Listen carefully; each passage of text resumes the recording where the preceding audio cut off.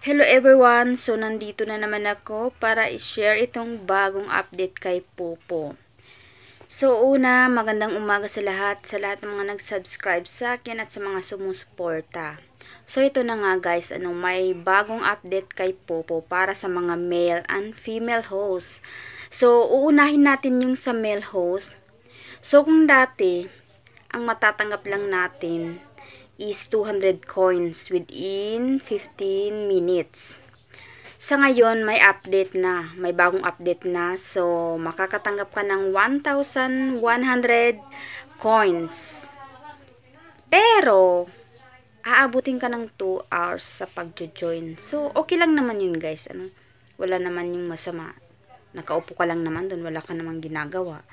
So, sa 30 minutes na pag-join mo sa mga party is meron kang matatanggap na 200 free coins. And then sa 1 hour is makakatanggap ka ng 300 coins, another 300 coins. Pero magsisend ka ng 2 lucky gifts. Pero maganda rin yun guys kasi baka swertihin kayo sa pagsisend nyo ng lucky gift is babalik din sa inyo yung mga sinend nyo.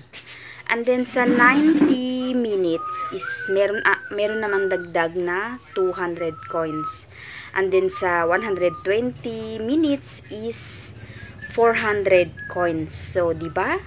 Mas maganda yung ngayon.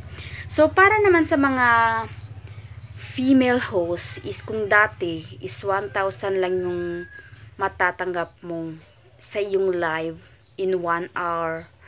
Sa ngayon is meron na siyang dagdag 500 but 90 minutes yung live mo. And then sa join mo sa parties is meron kang matatanggap na 800. So sa task mo is makakatanggap ka ng 2,300, diba? So wala kang ilalabas maski piso dyan guys. Libre lang, tasking lang.